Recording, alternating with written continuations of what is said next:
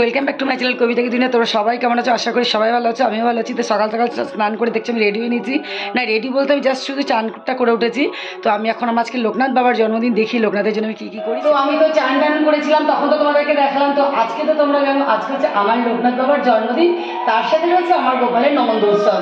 তো আমি স্নান টান করে তাড়াতাড়ি করে রেডি হয়ে নিয়ে গিয়ে আমি একটু ভাবলাম যে আমার গপুর জন্য ওইটাকে রান্না করে দিই। রোজই তো নিজের স্বামী সন্তানের জন্য রান্না করি, ভগবানের জন্য রাঁধতে মন তো চায় কিন্তু হয়ে আর ওঠে না। তো সেই কারণে আমি আজকে দেখো আমার গোপুর নন্দ উৎসব প্লাস তার সঙ্গে রয়েছে আমার লোকনাথ বাবার জন্মদিন। আর লোকনাথ বাবাতে একটু আত্মাপের ভাত আর একটু ঘি আলু সেদ্ধ হলেই সন্তুষ্ট, তোমরা জানো। তো চলো আমি আজকে লোকনাথ বাবার জন্য কী করেছি তোমাদের একটু দেখিয়ে দিই। ফার্স্ট বলি আজকে হচ্ছে লোকনাথ বাবার জন্মদিন। লোকনাথ বাবা কেক কাটবে, দেখতেই পাচ্ছ এই যে কেক কাটবে। আর আমি রান্না করেছি গোবিন্দভোগ চালের অন্ন, ভাজা আর পনির, আর তার সাথে একটু দিয়েছি মিষ্টান্ন, আর তার সাথে রয়েছে মিষ্টি। তো আজকে আমার লোকনাথ বাবা এইটুকুনেই দিয়েই আমি ভোগ সাজিয়েছি, কারণ সবাই বলো জয় বাবা লোকনাথ। হ্যাঁ, লোকনাথকেও সবাই তোমার আজকে হ্যাপি বার্থডে বলে দেবে, আজকে লোকনাথের কিন্তু আজকে জন্মদিন। তো চলো এবার আমি পুজোটা সেরে নিই। আর তার সাথে রয়েছে মিষ্টি, আর তার সাথে রয়েছে ঘি মাখন। আজকে আয়োজন বাবা লোকনাথ আমাদের মিঠাইয়ের জন্য।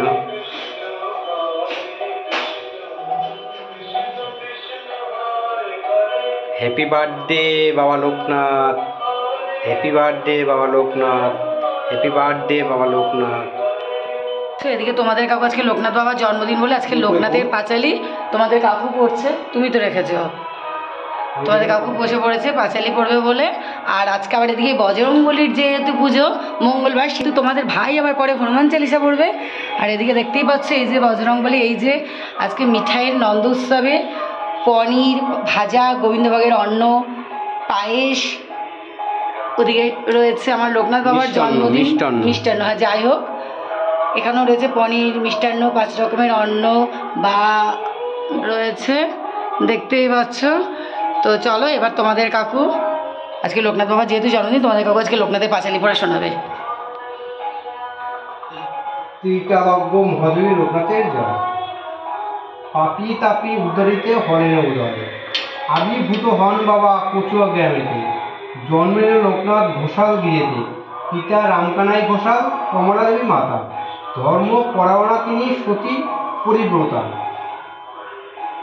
11 বর্ষ যাবে লোকনাথ হলো, ভগবান গাঙ্গুলি তারে সন্ন্যার দীক্ষা দিল, গৃহত্যাগ করি আর তেজি পরিজন,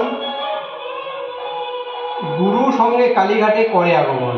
বেণী মাধব বাল্য সখী সঙ্গেতে ছিল, শিষ্যদয়ে গুরু নানা যোগ শিখাইল। তারপর আসে তারা হিমাদ্রি শিখরে, দীর্ঘদিন সাধনার সিদ্ধি লাভ করে। তারপর গুরু সঙ্গে শিষ্য 2 জন পৃথিবীর নানা দেশ করেন ভ্রমণ, বিভিন্ন ধর্মের তত্ত্ব জানিবার তরে উপস্থিত হন মক্কা মদিনা নগরে। কাবুলে আসিয়া মোল্লা সাদির ভবনে কোরআন শরীফ পাঠ করেন যতনে। বিশ্ব পরিক্রমা শেষে বেণী মাধব সঙ্গেতে উপস্থিত হন চন্দ্রনাথ পাহাড়েতে। দাবানল জলে উঠে বনের ভিতরে, অগ্নি থেকে রক্ষা করে বিদায় গোস্বামীরে। বেণী মাধব চলে যান কামাখ্যা ধামেতে, বাবা নেমে আসিলেন বারদি গ্রামেতে। বাবাকে প্রথম চিনতে না পারে, পাগল বলিয়া সবে উপহাস করে। একদিন 2 ব্রাহ্মণের কইতা ধরাইল, গায়ত্রী করিয়া বাবা তাহার কাহার চরণে শ্রীরামের চরণপদ্ম করিয়া স্মরণ, চতুর্বর্গ ফল যায় লাভি অনুক্ষণ, বুদ্ধি নামে হে পবন কুমার, ঘুচাও মনের প্রিয় বিকার। জয় হনুমান জ্ঞান গুণের সাগর, জয় ঋষিকেশ প্রভু কৃপার সাগর। শ্রীরামের দূত অতুলিম বলবান, অঞ্জনার পুত্র পবন পুত্র নাম। বজরঙ্গী মহাবীর তুমি হনুমান, কুমতি নাসিয়া সুমতি করদান। কাঞ্চন বরণ তবে তুমি হে সুবেশ, কর্ণেতে কুণ্ডল শোভে কুন্দিত কেশ। হাতে বজ্র তবয়ার ধবজে বিজারে, সুন্দর মহাকাদা কাঁদিতে যে সাজে। অপরূপা 2টি বাহু অঞ্জনা নন্দন, মহতেজি প্রতাপী পবন নন্দন। বিদ্যবান গুণবান তুমি হে চতুর, শ্রীরামচন্দ্রের কাছে তুমি হে আতুর। সর্বদা রামের আজ্ঞা করিতে পালন, হৃদি মাঝে রাখি নাই। যেই জন শতবার ইহা পাঠ করে, সকল অশান্তি তার চলে যায় দূরে। হনুমান চালিসা যে করে পঠন, সর্বকার্যে সিদ্ধি লাভ করে সেই জন। তুলসীদাস সর্বদাস শ্রীহরি দাস মনের হনুমান চালিসাটা আমি পড়েছি বা পিতামও পড়বে। আর তোমরা তো দেখলেই লোকনাথ বাবার পাঁচালি তোমাদের কাকু পড়েছে। আর যেহেতু আমাদের নিত্য গীতা পড়ে একটা অভ্যস্ত মানে অভ্যাস হয়ে গেছে, হয়তো কচিত কারণে কাজের ফাঁকে মাঝে মাঝে বন্ধ হয়ে যায়, তো এখন তোমাদের কাকু একটু গীতা পড়ে তোমাদেরকে শোনাবে। তো চলো। অর্জুন বিবাদ্য কুরুক্ষেত্রের যুদ্ধস্থলে অর্জুন আত্মীয় সকলকে যুদ্ধমুক্ত প্রস্তুত দেখিয়া হনুমান ত্যাগ করিয়া সারথিরূপী ভগবান শ্রীকৃষ্ণকে বললেন, হে কৃষ্ণ, যুদ্ধক্ষেত্রে এই সকল আত্মীয় স্বজনকে দেখে আমার সারা দেহ কম্পিত হইতেছে, হাত হইতে ধনুবান খসিয়া পড়িতেছে, আমি যুদ্ধ করিতে পারিব না, এভাবে যুদ্ধ জয় কিলা কুলক্ষায় মহাভাব, অতএব তোমার নিকট আমার বিরুদ্ধে আমাকে পাপ কাজে পরিণত করি না। সংখ্যাযোগ অর্জুনের মনের অবস্থা বুঝিয়া ভগবান শ্রীকৃষ্ণ তখন অর্জুনকে পাপপূর্ণ ধর্মধর্ম এবং কর্তব্যের সামনে বুঝতে চাইলেন। শ্রী ভগবান বলে, হে অর্জুন, যুদ্ধে ভয়পক্ষের মৃত্যু অপরিহার্য, কিন্তু মৃত্যু কি? মানুষ জন্মসময় থাকে শিশু, তারপর কোনো করে কৌশল জীবন পরে বার্ধক্য করতে হয়। এই পর্যায়ের মতোই একটি মৃত্যু একটি পর্যায়, কিন্তু দেহের পরিবর্তন ঘটিল, আত্মার কোনো পরিবর্তন হয় না। আত্মার ক্ষয় বা মৃত্যু নাই। জ্ঞানীগণ এই জন্য ক্ষণস্থায়ী জীবনের জন্য কখনো শোক বা দুঃখ প্রকাশ করেন না। পুরাতন দীনবস্তু ত্যাগ করে মানুষ যে নবস্ত প্রদান করে, সেই প্রকার আত্মা জীর্ণদেহ ত্যাগ করিয়া নবদেহ ধারণ করে। আত্মা অন্য সময় চোখে দেখা যায় না। আত্মদর্শন দর্শনের ব্রহ্মজ্ঞানের প্রয়োজন হয়, সকলেই কর্ম করিতে হয়। ব্রহ্মজ্ঞান কর্ম করেন, কিন্তু সেই কর্ম নিষ্কাম। অতএব হে অর্জুন, তুমি নিষ্কামভাবে কর্ম করো, এইরূপে নিষ্কামভাবে যুদ্ধ করে খাদ্যধর্ম পালন করতে বুঝে লাভ হয়। ভক্তি বিনা মুক্তি নাই, জানি নিশ্চয়। গীতা পাঠের মাহাত্ম। ভগবান বিষ্ণু বলেছেন, নিরস্তায়ী ব্যক্তি হলে মুক্ত সুখী মহাভাব তাকে কষ্ট করতে পারে না। যেখানে গীতা পাঠ হয় সেখানে সর্বশেষে ভগবান নির্দেশ করে, তিনি নিশ্চয় অসুবিধার পাঠেন বিরাসিত করে এক পিতামের বন্ধু এক সবসময় সময়ের ভাগ। এই অধ্যায় পাঠে অনেকে ব্যক্ত করে, এক অধ্যায় অংশ করতে পাঠে মানবতার মানুষ যেমন 200 শ্লোক পাঠে চন্দ্র পাঠে চন্দ্রব্যাপ্তি হয়। গীতার একটা সকল মানুষ গীতা পাঠ ওম গঙ্গা বিদে শান্তি সীতা সত্য প্রতিবরম মালি ওম মালি ওম বা বিদ্যুৎ সুন্দর মুক্তি গঙ্গা ভক্তবাদ সেনা ভাবি আছে ব্যর্থ কর্ম গঙ্গা সব গঙ্গা সব। তোমাদের কাকু এখন ঠাকুরকে আরতি করছে, ময়ূর পুচ্ছ দিয়ে ঠাকুরকে হাওয়া দিচ্ছে।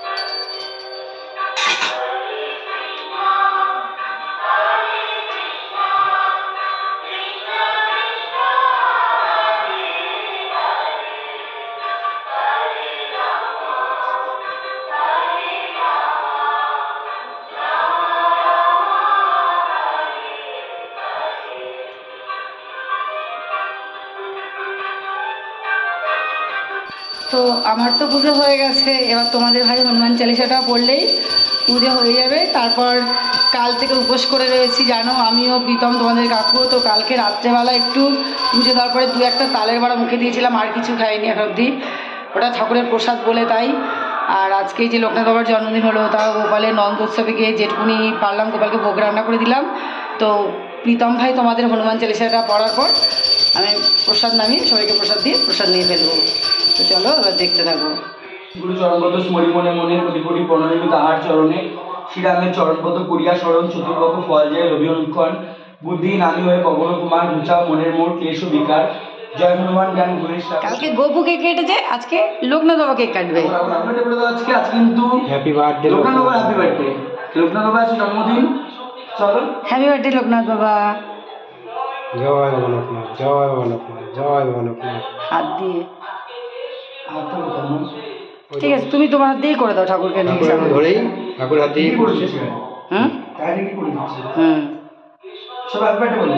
Happy happy birthday to you. Birthday Loknath, happy birthday Loknath Baba. Happy birthday Loknath বাবা। ঠিক আছে, তুমি রাখো। ঠাকুর প্রীতমকে একটু শান্তি দাও। দেখো তোমাদের প্রীতম গুণে ঠাকুরের কাছে কিছু বলছে।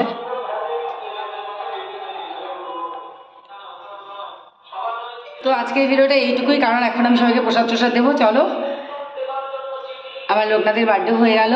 সবাই একবার আমার এই ভিডিওটা দেখার পর, ভিডিওটা তো কালকে ছাড়া হবে, সবাই একবার লোকনাথ বাবাকে হ্যাপি বার্থডে বলে দেবে। তো আমি এখন সবাইকে প্রসাদ দেবো। ভিডিওটা দেখে ভালো লাগলে অবশ্যই লাইক কমেন্ট শেয়ার করবে, চ্যানেলটাকে সাবস্ক্রাইব করবে, পাশে থাকা বেল আইকনকে টং করে বাজিয়ে দেবে। তখন সবাই সুস্থ থাকো, ভালো থাকো, আর কমেন্টে সবাই একবার লোকনাথ বাবাকে হ্যাপি বার্থডে বলে দেবে। চলো টাটা।